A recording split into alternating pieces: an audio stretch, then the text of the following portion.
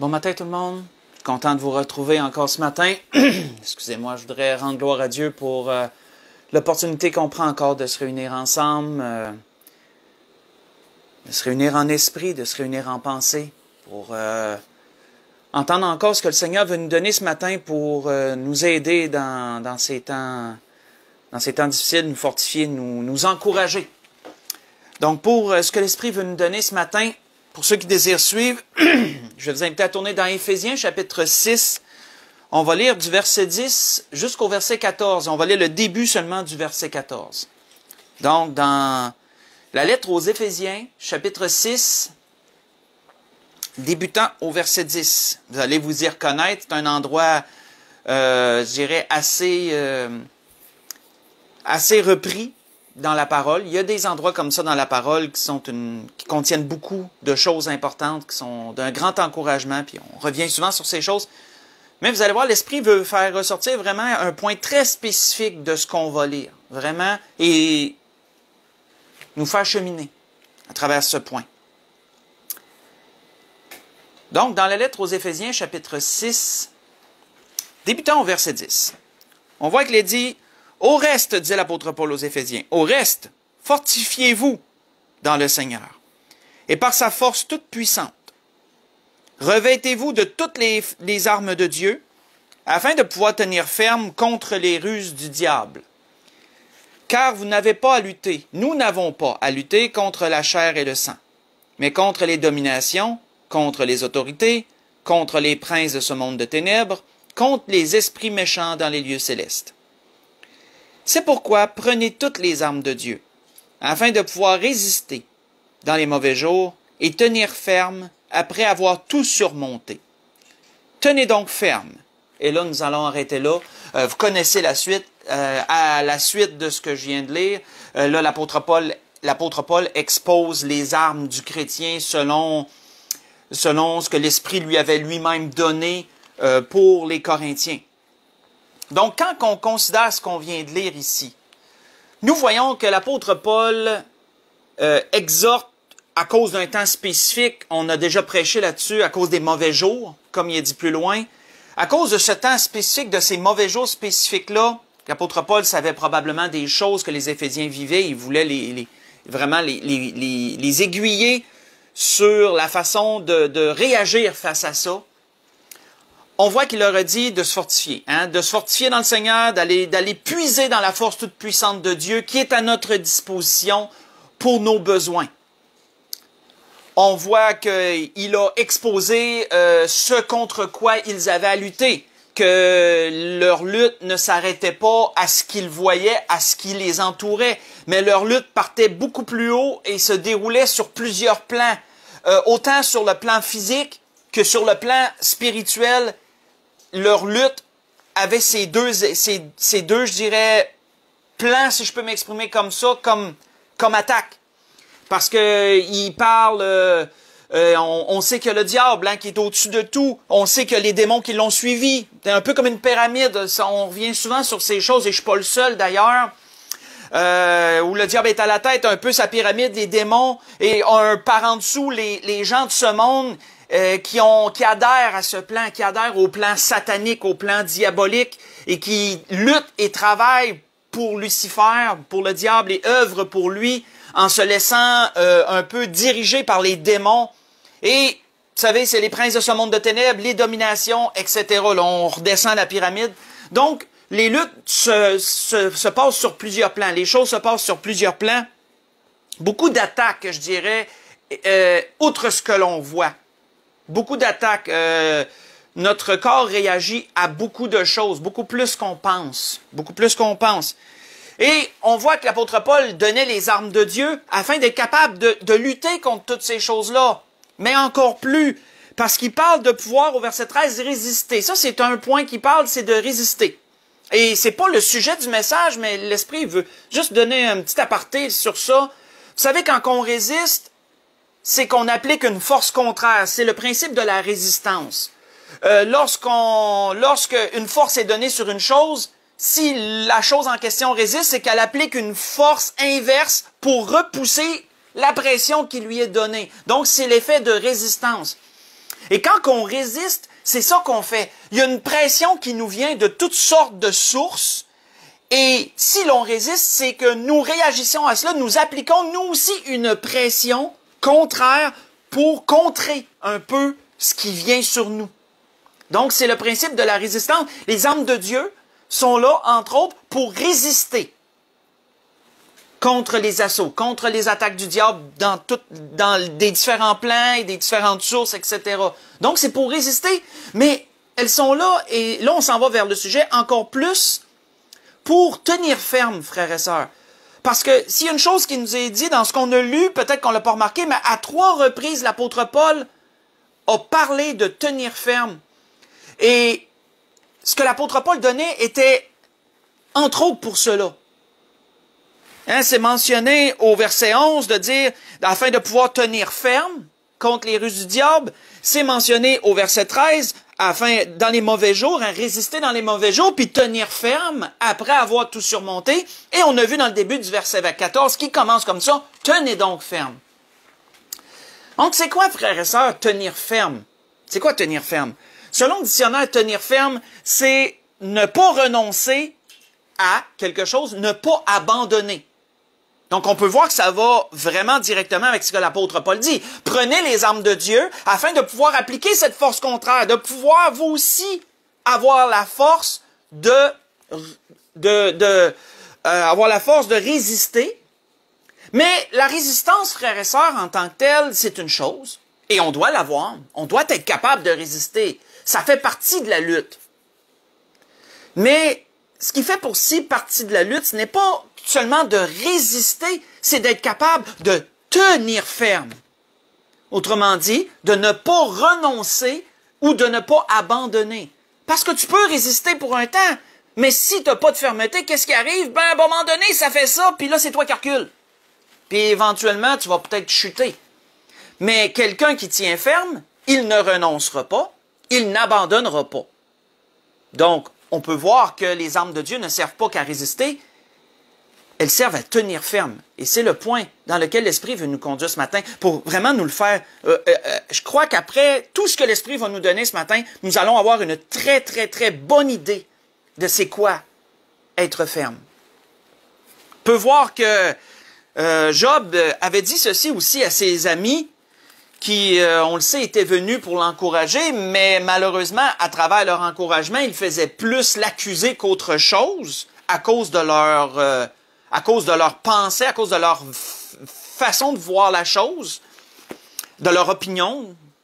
On voit que Job leur avait dit ceci, leur avait dit, « Le juste néanmoins demeure ferme dans sa voie, celui qui a les mains pures se fortifie de plus en plus. » Leur répliquait Job. Dans Job 17, verset 9. Hein, celui qui est juste dans sa voie demeure ferme. Ça veut dire quoi? Il ne renonce pas. Celui qui est juste dans sa voie demeure ferme, il ne renoncera pas, il n'abandonnera pas. On peut voir la même pensée. Mais, pour bien comprendre, frères et sœurs, pour bien comprendre avec plus de profondeur, c'est quoi tenir ferme? Mais nous devons aller étudier à la source. La source de tenir ferme, c'est quoi? C'est la fermeté. Hein, ça vient d'où de tenir ferme? Tenir ferme est une expression qui a son sens dans le dictionnaire, comme je viens de vous le montrer. Mais à la source, ça vient d'où? Ça vient de la fermeté à la source. Et nous devons explorer la fermeté dans différents aspects pour bien capter tout ce que l'Esprit veut nous donner ce matin. Si nous tournons premièrement, on commence notre exploration ce matin dans Josué. Tournons dans Josué au chapitre 3. Dans Josué au chapitre 3. Voyons ce qui s'y est déroulé et ce qui est dit par rapport à cela. Dans Josué chapitre 3, on va lire à partir du verset 14. Verset 14 jusqu'au verset 17.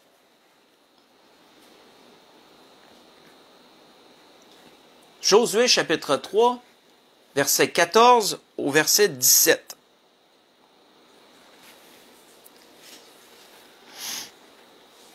Pour vous mettre dans le contexte, la nouvelle génération, Moïse avait été recueilli par Dieu. Josué était à la tête du peuple. Et là, survenait une étape très importante, une étape charnière, je dirais, pour le peuple, c'est qu'ils allaient traverser le Jourdain. Et là, ils allaient affronter leur destin. Autrement dit, ce que Dieu avait mis, les promesses que Dieu avait mis devant eux, le plan de Dieu, comme on a parlé tout dernièrement. On voit que Josué leur expose un peu la marche à suivre. Hein, il leur dit, les sacrificateurs vont marcher devant vous, ils vont porter l'arche de Dieu, et dès que leurs pieds vont toucher les eaux du Jourdain, le Jourdain, sans dire va se fendre en deux, la portion qui coule va s'arrêter net, ça va faire un monceau, puis le restant va finir de s'écouler, et là, vous allez marcher à sec, un peu comme leur père avait marché à travers les eaux de la mer Rouge, à travers la mer Rouge. Donc, il leur explique ça. Et là, le peuple se prépare. Josué leur a demandé de sanctifier, etc. Et là, au verset 14, il nous est dit, « Le peuple sortit de ses tentes pour passer le Jourdain. Et les sacrificateurs qui portaient l'arche de l'Alliance marchèrent devant le peuple.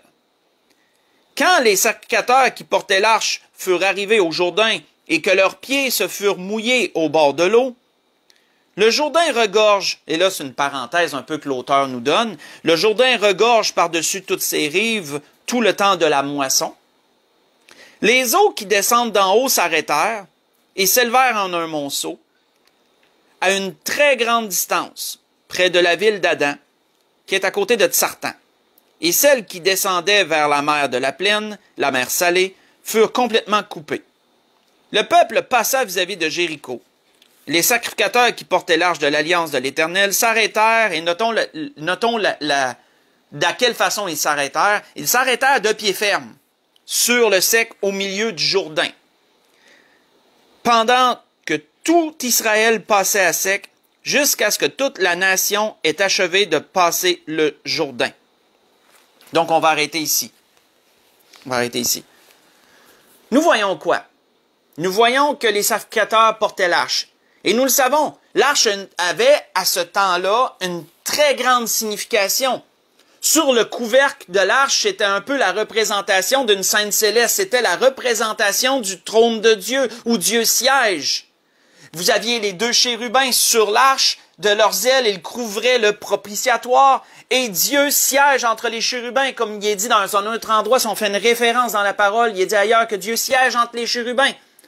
Donc, c'était la représentation du trône de Dieu. Autrement dit, l'arche était la présence de Dieu au milieu du peuple. C'est ce qu'elle représentait. Et ce qui était dans l'arche, parce qu'on sait que l'arche était une boîte, on pourrait dire que c'était une boîte, et on a parlé là, que du couvercle. Ce qui était dans la boîte représentait tout ce que Dieu leur avait donné. Hein, vous aviez les tables de la loi. Vous aviez la verge d'Aaron qui avait fleuri, une verge, un bout de bois qui était sec, mais malgré qu'il est sec et sans racines, il a fleuri une verdure et ça représentait le renouveau du peuple, etc. Et il y avait cette verge dans l'arche et il y avait également la manne que Dieu leur avait donnée, un pot de manne qui avait été gardé en souvenir. Donc, l'arche contenait ce que Dieu leur avait donné. Le couvercle, et sur le couvercle, c'était la présence de Dieu, une représentation du trône de Dieu. Et donc, les sacrificateurs qui portaient l'arche c'était vraiment la représentation de Dieu. On voit que c'est normal que c'était eux qui devaient passer avant parce que c'est Dieu qui a arrêté les eaux. C'est Dieu qui a arrêté les eaux à travers cette représentation de l'arche. Et là, les sacrificateurs marchent, touchent l'eau, les eaux se fendent, marchent jusqu'au milieu. Et quand on regarde ce qui nous est dit, rendus au milieu, ils n'ont pas traversé jusque l'autre côté puis laissé leurs frères traverser par la suite. Parce que, personnellement, je crois que les eaux se seraient refermées et personne n'aurait pu passer. Parce que c'était Dieu qui faisait cette œuvre et donc, symboliquement, Dieu devait demeurer au milieu des eaux pendant tout le temps que les autres marchaient. Donc, les sacrificateurs marchent, ils s'arrêtent au milieu, se rangent de côté, ou du moins, où les autres passent de côté, parce qu'il y avait de la place, on s'entend qu'il n'y avait pas juste un couloir. Donc, s'arrêtent au milieu, et ils demeurent là, la Bible nous dit quoi? De pied ferme. Et tout le restant d'Israël passe aux côtés d'eux, et les sacrificateurs qui portent l'arche demeurent de pied ferme au milieu, jusqu'à ce que tout le monde ait passé, qu'on ait pris les 12 pierres, plus tard, ça il dit plus loin, qu'on ait pris 12 pierres comme souvenir, et qu'ensuite, lorsque tout le monde est passé, les sacrificateurs ferment la marche, et ils sortent, et quand qu'ils sortent, les eaux du Jourdain repartent et prennent leur cours. Mais de pied ferme, c'est intéressant. Qu'est-ce que ça veut dire de pied ferme? Ça veut dire qu'ils ne sortirent pas de leur place. Quand on parle d'être de pied ferme, ça veut dire de ne pas sortir de sa place, de ne pas quitter son poste. Donc on peut comprendre pourquoi que la Bible nous dit qu'ils demeurèrent là de pied ferme. Parce qu'ils sont demeurés là jusqu'à la fin. Ils n'ont pas abandonné leur place, ils n'ont pas quitté leur poste. Il n'y en a pas un qui a décidé de lâcher prise entre-temps. Ça en prenait 4, 2 par côté, portaient le barreau chacun sur leur épaule, et ils sont tous demeurés là, de pied ferme. On peut voir, frères et sœurs, que d'un point de vue physique, parce que vous allez voir que la fermeté s'applique à plusieurs niveaux. Là, on parle d'un niveau physique. D'un point de vue physique, de demeurer ferme, c'est de rester à sa place. Fixement, c'est de rester à sa place. C'est de ne pas reculer, de ne pas broncher. Si on dit, mettons, qu'un poteau est ferme, ben c'est parce qu'il est bien ancré. Il est bien ancré là, puis tu ne le bougeras pas de là. Physiquement, quand on parle que quelque chose qui est ferme, c'est quelque chose qui reste à sa place. On peut voir d'ailleurs que David avait dit dans un psaume ceci.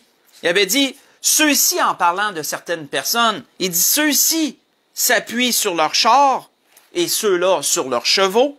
Il dit, nous invoquons le nom de l'Éternel, notre Dieu. Notez, eux, ils plient, ceux qui s'appuient sur leurs chars et sur leurs chevaux. Eux, ils plient et ils tombent. Et nous, ceux qui s'appuyons sur l'Éternel, nous tenons ferme. Donc, voyons-vous, nous tenons ferme. Et David complète la pensée en disant, et nous restons debout. Voyez ça dans Psaume chapitre 20. J'ai lu le verset 8 et le verset 9. Ceux qui s'appuient sur les chars, sur les chevaux, plient et tombent, parce qu'ils s'appuient sur des choses matérielles, sur des choses physiques, sur leur propre force, sur leur force de leurs chevaux, qui ne sont que des animaux créés par Dieu, etc. Ceux qui s'appuient sur l'Éternel, sur le Créateur et le Concepteur de toutes choses, eux demeurent fermes et eux restent debout. Qui est un peu l'image, excusez-moi, de la fermeté en tant que telle. Donc, on peut voir que David donnait une belle pensée ici. Si vous voulez lire pendant la semaine, un bon exemple que vous pourrez lire, si vous le désirez, c'est une guerre qui s'est déroulée, une guerre qu'on ne va pas lire souvent. C'est dans le 2e Samuel, chapitre 10. C'est dans le 2e livre de Samuel, chapitre 10. Pas besoin d'y tourner, je ne le lirai pas. Je vais vous laisser aller le lire pendant la semaine si vous le désirez. 2e Samuel, chapitre 10, versets 9 à 14. Ça l'opposait une partie très petite d'Israël, on pourrait dire de soldats d'Israël, dont Joab, qui était le chef de l'armée au temps de David, et Abishai, son frère, contre les Syriens. Et c'est très intéressant quand on va lire cette portion, parce que ça nous démontre vraiment un exemple de fermeté dans la lutte, à cause de ce qu'ils disent. À cause de ce qu'ils disent. Et je sais que j'ai l'habitude de donner des punchs, j'ai l'habitude un peu de décrire les choses de sorte qu'il y en a bien qui peuvent peut-être se dire, ben, ça vaut pas la peine d'aller lire, il vient de le dire. Mais là, je vais essayer de m'abstenir. Je ne le dirai pas.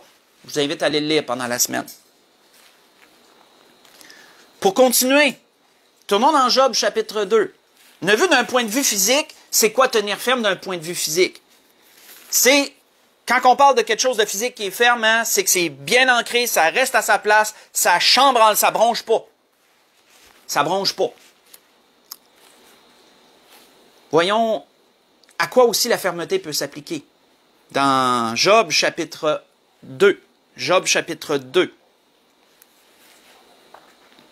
Job chapitre 2, on va lire du verset 1 au verset 10.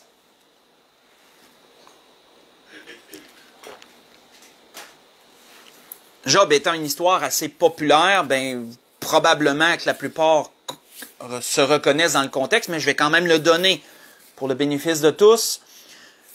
Job, un homme qui nous est décrit comme intègre et droit, un homme pieux, un homme qui craint Dieu, un homme qui a certainement enseigné à ses enfants à craindre Dieu, on peut s'imaginer. la Bible nous dit que il allait jusqu'au point que si ses enfants, qu'il allait jusqu'au point qu'offrir des sacrifices de temps en temps pour ses enfants, de peur qu'il n'ait péché. Il savait même pas ce qu'il avait fait dans son dos, mais il dit, de peur qu'il ait offensé Dieu, je vais prier Dieu pour eux, je vais offrir un sacrifice pour eux. Ben, on peut voir la piété de cet homme-là. Et cet homme-là fut un jour la cible de Satan, lorsqu'il est allé se présenter devant Dieu avec les autres enfants de Dieu qui est dit. Les autres fils de Dieu. Et donc, Satan provoque Dieu à propos de Job. C'est ce qu'on voit dans le chapitre 1. Il provoque Dieu à propos de Job. Puis, c'est premièrement Dieu qui dit, as-tu vu mon serviteur Job? Hein? Donc, tu sais, comment il est droit, comment il est intègre. Puis là, on voit que Satan provoque Dieu à propos de Job et il dit, regarde, s'il le fait, c'est parce que tu le protèges tout le temps, puis retire-y sa protection, tu vas voir qu'il va te maudire en face. Et donc, ben, Dieu donne une permission à Satan, correct, touche à ses biens. Juste une parenthèse rapide que je vais ouvrir et refermer, parce que c'est pas le sujet du message, mais l'Esprit me donne là de le dire. On se demande souvent pourquoi Dieu a obtempéré, et certains se sont déjà demandé probablement, pourquoi Dieu a obtempéré à Satan. Tu sais, Dieu était-tu obligé de laisser cette permission-là à Satan? Dieu aurait pu aussi bien dire non. Mais souvenons-nous que Satan s'était présenté au milieu des fils de Dieu. Donc, on ne peut pas s'imaginer à quel point que même dans les lieux célestes, il y a tout un témoignage à rendre. On rend un témoignage beaucoup plus large qu'on peut le penser. Notre témoignage ne s'arrête pas ici-bas dans ce monde matériel. Notre témoignage va aussi dans les lieux célestes, frères et sœurs. Et ça, on ne s'arrête pas à ça. Mais cette portion du livre de Job nous le démontre. Parce que tous les fils de Dieu ont entendu Satan dire ça à Dieu. Et si Dieu aurait dit simplement « non, je ne te le permets pas », mais quel doute aurait peut-être pas plané parmi les fils de Dieu que ouais, Job, c'est vrai, il aime-tu Dieu par intérêt? Et donc que Dieu permette ça à Satan pour démontrer à tous les fils de Dieu que, regarde, et là on le sait, qu'après avoir touché ses biens, qu'est-ce que la Bible nous dit? Job est demeuré intègre. Donc, ça rend quel témoignage à tous les fils de Dieu qui ont entendu Satan amener un point? Ben, ça leur démontre que oui, il y a des êtres humains qui aiment tellement Dieu, qui, malgré qu'ils vont perdre tous leurs biens, ben, ils vont demeurer fermes, pareil. Ils vont attribuer rien d'injuste à Dieu. Donc, je referme la parenthèse parce que ça, c'est un point qu'on ne s'arrête pas. J'ai déjà prêché là-dessus, mais ça fait très longtemps. Donc, parenthèse refermée, on continue. Dans le chapitre 2, là, j'ai pas mal démontré un peu ce qui s'est passé au chapitre 1, vous pourrez le lire si vous le désirez. Dans le chapitre 2, verset 1, il est dit, « Or, les fils de Dieu, là, c'est une autre fois, or, les fils de Dieu vinrent un jour se présenter devant l'Éternel, et Satan aussi vint au milieu d'eux, se présenter devant l'Éternel. Et l'Éternel dit à Satan, « D'où viens-tu? » Et Satan répondit à l'Éternel, « De parcourir la terre et de m'y promener. » Et l'Éternel dit à Satan, « As-tu remarqué mon serviteur Job?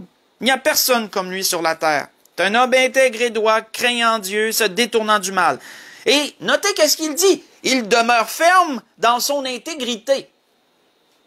Alors, pensez à ce qu'on a dit, là.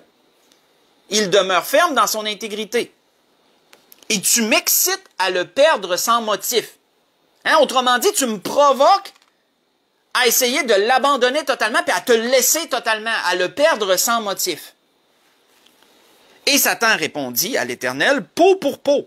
Tout ce que possède un homme, il le donne pour sa vie. Hein? Autrement dit, qu'il ait perdu ses biens, c'est une chose.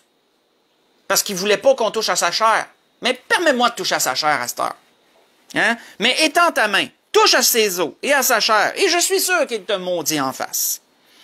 Et l'Éternel dit à Satan, voici, je te le livre, seulement épargne sa vie. Souvenons-nous encore, Satan s'est encore présenté au milieu des fils de Dieu. Je ne vais pas revenir sur ça, mais étendons notre esprit, étendons notre pensée, notre logique sur le témoignage à rendre à tous les autres qui ont entendu, parce que ça ne se fait pas dans le secret, ça là. Il y a une foule d'anges qui entendent ça. Et Satan se retira de devant la face de l'Éternel. Puis il frappa Job d'un ulcère malin, depuis la plante des pieds jusqu'au sommet de la tête. Et Job prit un tesson pour se gratter, s'assit sur la cendre. Et sa femme lui dit, tu demeures ferme dans ton intégrité. Donc, voyez-vous, elle répète, tu demeures ferme dans ton intégrité. C'est quoi l'intégrité, frères et sœurs? C'est de demeurer dans l'entièreté des choses que Dieu demande. Si tu es intègre, ça veut dire que tu n'as pas dévié, là. Tu es demeuré exactement dans tout ce qui est prescrit, dans ce que tu crois qui est prescrit. Tu es intègre. Donc, tu es demeuré ferme dans ton intégrité. Maudit Dieu et meurt. On peut voir qu'elle n'avait pas le même scrupule. Elle dit, regarde à quel point de tenir ferme t'amène toutes sortes de problèmes.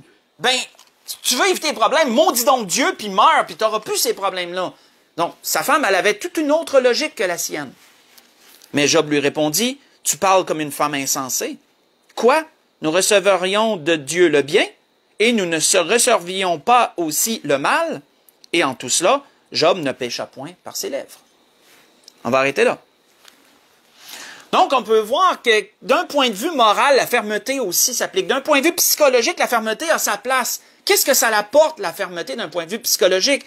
Selon le dictionnaire, la fermeté dans ce sens, d'un point de vue plus figuré, psychologique, etc., c'est qu'il y a de la solidité morale qui ne se laisse ni changer, ni détourner, qui est constant, invariable, inébranlable. Donc, voyez-vous que ça se ressemble, mais d'un point de vue psychologique.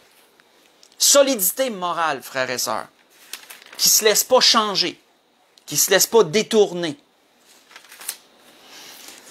On voit d'ailleurs qu'Ésaïe, sur ce même point-là, à propos de la fermeté d'un point de vue psychologique, moral, on peut mêler les sentiments là-dedans. Ésaïe avait dit, à celui qui est ferme dans ses sentiments, tu assures la paix. La paix parce qu'il se confie en toi. Vous voyez ça dans Ésaïe 26, verset 3. David, de dire lui aussi dans un psaume, dans le même sens, dans le même courant, il dit, il ne craint point, en parlant de quelqu'un qui se confie en Dieu, là, en parlant de quelqu'un qui est ferme, il dit, il ne craint point les mauvaises nouvelles, son cœur est ferme, confiant en l'Éternel. Il ne craint point les mauvaises nouvelles, car son cœur est ferme et confiant en l'Éternel. Voyez ça dans le psaume 112, le verset 7. En étudiant, frères et sœurs, ce que l'Esprit nous donne ce matin, une chose que j'ai réalisée et que l'Esprit veut qu'on parle aussi dans le message, c'est l'importance que Dieu attache à la fermeté. Vous savez, il y a certaines choses auxquelles Dieu va attacher beaucoup d'importance parce qu'il sait à quel point ces choses-là sont nécessaires. Et la fermeté, Dieu y attache une grande importance et met même des conditionnels en rapport avec la fermeté. On va aussi explorer cette portion-là avant d'enchaîner. L'importance que Dieu attache à la fermeté. On a vu jusqu'à présent la fermeté d'un point de vue physique, on a vu la fermeté d'un point de vue psychologique, l'importance que Dieu attache à la fermeté avant qu'on continue. Tournons dans Romains chapitre 11. Voyons ce que l'apôtre Paul avait dit aux Romains, ici, dans Romains chapitre 11. Romains chapitre 11, à partir du verset 16 jusqu'au verset 22. Romains chapitre 11, c'est un peu comme une parenthèse dans le message. On pourrait dire sur l'importance que Dieu attache à la fermeté avant qu'on enchaîne.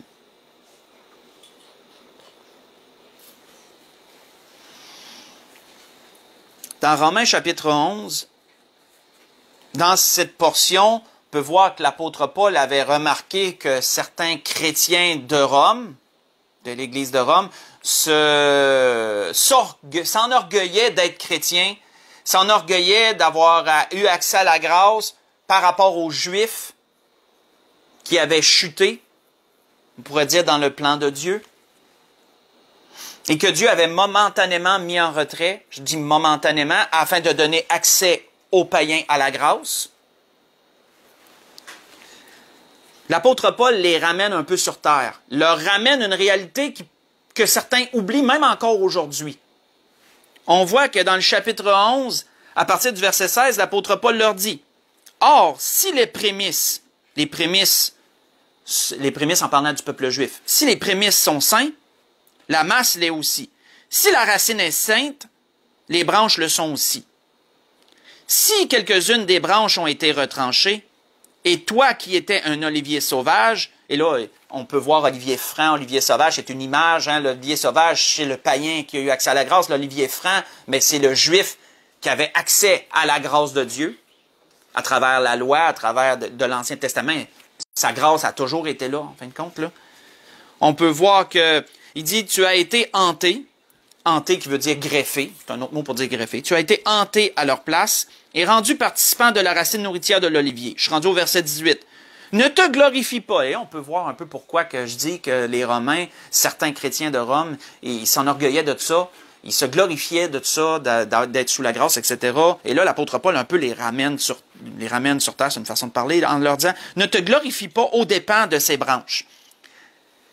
Si tu te glorifies, sache que ce n'est pas toi qui portes la racine, mais la racine qui te porte. Hein? Ne méprise pas le peuple de Dieu, ne méprise pas les Juifs, autrement dit. Ils sont la racine et c'est la racine qui te porte. Ils ont été la base et toi, tu es venu par la suite. Tu diras donc, les branches ont été retranchées afin que je sois hanté ou greffé. Cela est vrai. Elles ont été retranchées pour cause d'incrédulité et toi, tu subsistes par la foi. Ne t'abandonne pas à l'orgueil, mais crains. Car si Dieu n'a pas épargné les branches naturelles, il ne t'épargnera pas non plus. Je veux pas aller et vraiment explorer profondément cette pensée, mais elle devrait faire réfléchir des chrétiens qui prennent à la légère la grâce. Elle devrait porter à réflexion. Ils disent, considère donc la bonté et la sévérité de Dieu. Sévérité envers ceux qui sont tombés et bonté envers toi, si tu demeures ferme dans cette bonté. Autrement, tu seras aussi retranché. Je laisse ça comme ça, mais quand on voit un si, comprenons qu'il y a un conditionnel, et c'est toujours comme ça. Donc, la fermeté n'est pas une option, là. La fermeté est un prérequis pour le chrétien. Ceux qui sont venus à Christ et qui prennent à la légère la grâce qui a été donnée, pensant que parce qu'ils ont accepté Jésus comme leur sauveur, maintenant la vie continue et qu'ils peuvent vivre dans la débauche ou dans toutes sortes de dérèglements, devraient très sérieusement réfléchir à ce que je viens de lire ici. Parce que la fermeté n'est pas une option. Si tu demeures ferme dans cette bonté, autrement tu seras aussi retranché. D'ailleurs, l'auteur d'Hébreux en rajoute une couche sur ça. Faites juste écouter, l'auteur d'Hébreux en rajoute une couche sur la même chose. En disant ceci, il dit, chaque maison est construite par quelqu'un. Mais celui qui a construit toute chose, c'est Dieu. Pour Moïse, il a été fidèle dans toute la maison de Dieu, comme serviteur, pour rendre témoignage de ce qui devait être annoncé. Mais Christ l'est comme fils sur sa maison, et sa maison, c'est nous. Pourvu que nous retenions jusqu'à la fin la ferme confiance et l'espérance dont nous nous glorifions. J'ai lu dans Hébreux chapitre 3, verset 4 au verset 6. La maison de Dieu, c'est nous. Pourvu, là, voyez-vous, pourvu est encore un conditionnel. C'est un peu comme le si, là. Pourvu que nous retenions la ferme confiance et l'espérance dont nous nous glorifions. Donc, on en comprend quoi, frères et sœurs? La fermeté n'est pas une option. La fermeté a une place très importante dans la vie du chrétien et dans ce que le chrétien croit, dans ce que Dieu lui demande. Parce qu'elle est conditionnelle à l'éternité. Elle est conditionnelle à, comment je pourrais dire, à notre condition éternelle à venir. Elle est conditionnelle à cela, la fermeté. On voit que c'est pas pour rien, d'ailleurs, que lorsque il y a eu des nouveaux chrétiens après la résurrection, l'ascension du Seigneur, et que là, le témoignage du Seigneur a commencé à se répandre un peu partout, pas juste chez les Juifs, mais même a commencé à déborder chez les païens, et certains hommes juifs qui avaient un cœur porté vers les païens, dont Barnabas, quand que ça y est allé, l'Église l'a envoyé pour aller constater la grâce qui était faite aux païens. Et on voit que l'exhortation va dans ce sens. Hein. Barnabas leur avait dit, lorsqu'il fut arrivé et qu'il eut vu la grâce de Dieu, il s'en réjouit. Et il les exhorta tous à rester d'un cœur ferme, attaché au Seigneur. C'est pas pour rien qu'il exhortait ça. À rester d'un cœur ferme, attaché au Seigneur. Dans Acte 11, verset 23. Donc, si on ferme cette parenthèse, où on a vu l'importance que Dieu attache à la fermeté, reprenons un dernier point avant de conclure. Reprenons ou allons vers un dernier point. Tournons dans Colossiens, chapitre 2. Dans la lettre aux Colossiens, au chapitre 2. La lettre aux Colossiens, au chapitre 2. On a vu d'un point de vue physique la fermeté, on a vu d'un point de vue psychologique, moral, sentimental la fermeté. Et bien sûr, il nous reste un autre aspect qui est tout aussi important parce que ça définit le corps humain.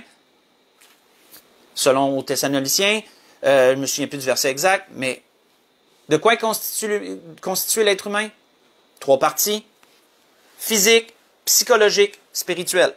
Ce sont les 3 un peu pattes de l'être humain. Donc, d'un point de vue spirituel, la fermeté. Peut-on en dire? Dans Colossiens chapitre 2, verset 5 au verset 7. On voit qu'il est dit, « Car si je suis absent de corps, disait Paul, je suis avec vous en esprit, voyant avec joie le bon ordre qui règne parmi vous et la fermeté de votre foi en Christ. Ainsi donc, comme vous avez reçu le Seigneur Jésus, marchez en lui, étant enracinés et fondés en lui, et affermis, par la foi, d'après les instructions qui vous ont été données, et abondez en actions de grâce. » L'exhortation que l'apôtre Paul donne aux Colossiens contient le point important, la remarque importante de Paul qui a constaté la fermeté de leur foi. Et ça, c'est important. Tout aussi important que le reste, d'ailleurs. Parce que quand on regarde la foi, frères et sœurs, qui est du domaine spirituel, quand on regarde la définition de la foi, vous n'avez pas besoin de tourner dans Hébreu 1, mais qu'est-ce que Hébreu 1 nous dit? Il dit que la foi est une ferme assurance des choses qu'on espère. Une démonstration de celles qu'on ne voit pas. Mais le début, là, la foi, c'est une ferme assurance des choses qu'on espère. Quand que je lisais ça, quand je revenais, l'Esprit me ramenait dans ces choses, je me suis souvenu que souvent, moi, quand que, mettons, je citais ce verset-là, j'oubliais le mot ferme puis que je disais que la foi est une assurance des choses qu'on espère. C'est facile d'oublier un petit mot, hein? C'est un petit mot. Quand on va leur lire et qu'on dit « Oh, c'est vrai, ce mot-là, il est là. » Puis il n'est pas là pour rien. Pourquoi parfois on se dit « Il me semble que j'ai la foi, il me semble que j'y crois. » Mais est-ce que notre foi contient la fermeté? Est-ce que notre foi est une ferme assurance des choses qu'on espère? Si notre foi contient la fermeté, bien ça veut dire que ce qu'on espère, notre assurance dans ce qu'on espère, ne sera pas comme momentanée. Si on a la fermeté, ça veut dire que notre assurance va être constante. Hein? Autrement dit, là, si on croit quelque chose, puis on le croit par la foi, mais on ne bronchera pas au bout d'un bout de temps. Là. Si on a la ferme assurance, la foi va contenir ça. Donc, une foi qui contient la ferme assurance est une foi biblique, bien sûr. Mais, quoique la foi contient la fermeté en elle-même, dans sa définition, la foi elle-même doit être ferme. Donc, ça paraît un peu paradoxal, mais oui, la foi elle-même doit être ferme. C'est pour ça que l'apôtre Paul se réjouissait de la fermeté de leur foi. Et ça, c'est mentionné à beaucoup d'endroits en passant. Beaucoup d'endroits. On peut voir d'ailleurs un bon exemple à propos de Moïse que l'auteur d'Hébreux souligne. À propos de Moïse, qu'est-ce qu'il dit? Il dit que c'est par la foi qu'il quitta l'Égypte sans être effrayé de la colère du roi, car il se montra ferme comme voyant celui qui est invisible. Il s'est montré ferme, c'est pour ça qu'il a agi par la foi. Donc, ça revient aussi à ce point-là dans Hébreux 11, verset 27 en passant. Et Pierre, lorsqu'il exhorte ses lecteurs, qui encourage ses lecteurs à travers les luttes qu'ils ont, il dit « Soyez sobres et veillez. Votre adversaire, le diable, rôde comme un lion rugissant, cherchant qui il dévorera. Résistez-lui. » Donc, voyez-vous, là, on revient au début. Là, on revient à notre introduction où l'apôtre Paul parlait des armes du chrétien, de les fortifier dans la puissance de Dieu afin de résister, dans les mauvais jours, de résister, d'opposer une pression contraire. Donc, Pierre ramène un peu la même idée en parlant de résister. Il dit résistez-lui en parlant du diable, résistez-lui avec une foi ferme. Donc, ramène aussi la fermeté parce que c'est une chose de mettre une pression, mais cette pression-là, tu dois demeurer stable là-dedans, là. Tu dois pas reculer parce que sinon la fermeté n'est pas là. Tu dois demeurer stable là-dedans. Donc, c'est pour ça que la foi a souvent Moi, je suis pas bon en français, fait que j'ai pas le bon terme, là. Pas l'adjectif, en tout cas, peu importe. Je veux pas m'enfoncer, là. Mais le mot avant, là. Une foi ferme ou le mot après. Foi ferme, ouais.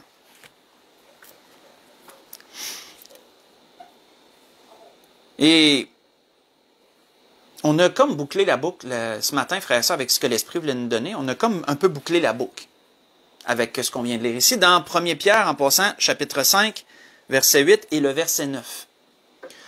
Donc, frères et sœurs, je crois qu'on a englobé, on a été chercher large, comme l'Esprit le fait souvent, mais pour bien comprendre que dans les mauvais jours, on doit se fortifier dans le Seigneur, on doit résister, bien sûr. Mais souvenons-nous qu'on doit tenir ferme dans ces choses. On doit tenir ferme, comme l'apôtre Paul le disait, après avoir tout surmonté. Parce qu'à résister, un moment donné, on prend du chemin. Un moment donné, c'est nous qu'on prend du terrain. On prend du terrain, on prend du terrain, on prend du terrain. Mais à un moment donné, il faut camper nos pieds à terre pour ne pas perdre l'avance qu'on a. Puis c'est à ce moment-là qu'on dit qu'on tient ferme. À ce moment-là, on applique la fermeté et on ne perd pas de terrain, là. On va juste l'en gagner si on continue à résister par la suite. Donc, tenir ferme après avoir tout surmonté. Et on a pu voir que dans tous les aspects de l'être humain, que ce soit physique, psychologique ou spirituel, la fermeté s'applique dans tous les sens. Et voir l'importance que Dieu attache aussi à cela. Pour conclure, ce que l'Esprit a voulu nous donner ce matin sur ce sujet qui est la fermeté, tournons dans 2 Pierre chapitre 3 et concluons là-dessus. 2 Pierre au chapitre 3.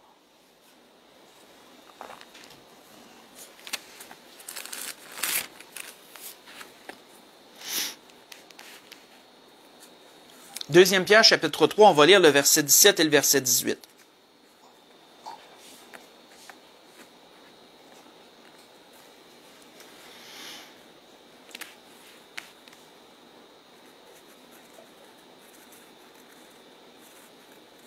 On voit qu'il est dit, 2 Pierre, chapitre 3, verset 17 et le verset 18.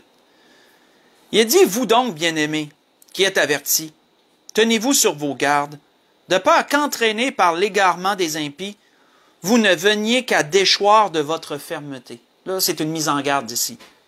Mais croissez dans la grâce et la connaissance de notre Seigneur et Sauveur Jésus-Christ.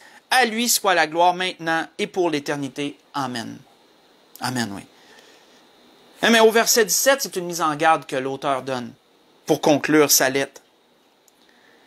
Il dit, prenez garde à l'égarement des impies. Prenez garde à tout ce qui se fait autour de vous, de peur qu'être entraîné dans ces choses, de peur qu'être tenté, d'être amorcé dans toutes ces choses-là, que ça vous amène à déchoir de votre fermeté. Et vous savez, quand on déchoit de quelque chose, selon le dictionnaire, c'est qu'on affaiblit.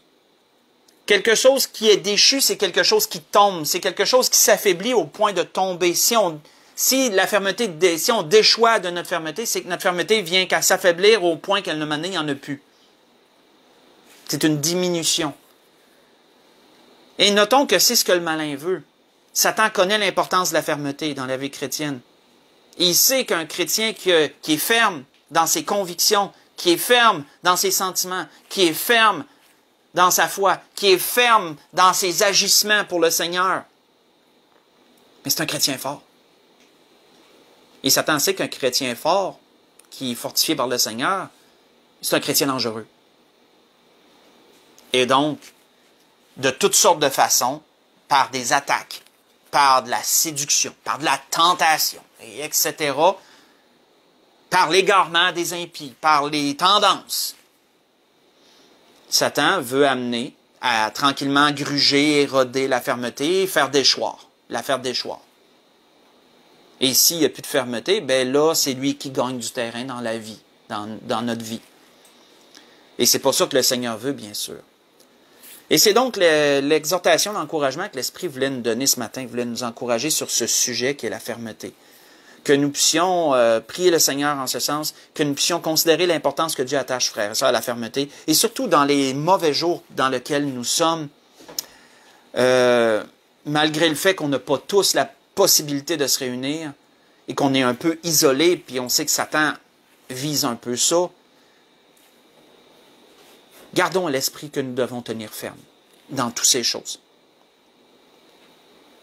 On a la puissance à notre portée. Le Seigneur peut nous garder à travers ces temps-là, jusqu'à ce qu'on puisse à nouveau se réunir et s'encourager et s'exhorter mutuellement, qu'on puisse tenir ferme, chacun où nous sommes, dans ce que le Seigneur demande, dans ses voies, dans sa parole, etc.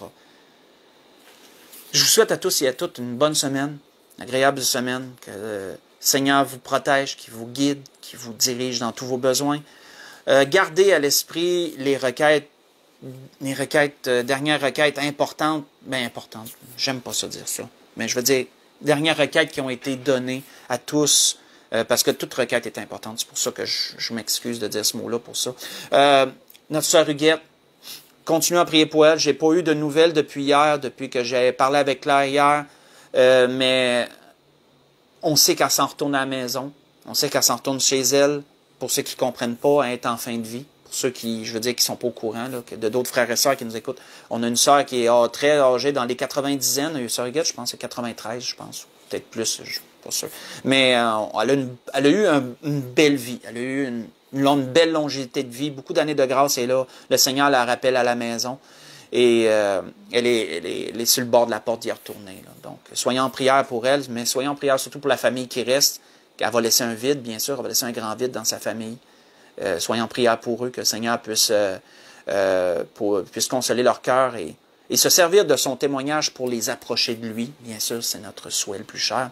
Soyons en prière aussi pour notre frère Daniel, qui est toujours à l'hôpital, notre frère Daniel Hébert, que j'ai mentionné depuis quelque temps. Soyons en prière pour lui dans la circonstance difficile qu'il vit, dans toutes les choses qu'il vit. Et soyons en prière également pour la belle-mère de notre sœur Doris, autrement dit la mère à notre frère Jacques, on a su également qu'il avait un cancer, soyons en prière pour elle, en ce sens. Et pour toute autre requête aussi, pour nos malades en général et tout. On a beaucoup de sujets de prière, disons. Ne nous relâchons pas dans tout cela et continuons à nous aimer les uns les autres et à pratiquer autour de nous la charité et la paix, surtout envers tous les hommes, autant qu'il est possible de le faire. Donc, soyez bénis, belle journée à tout le monde. Et on se dit à mercredi prochain.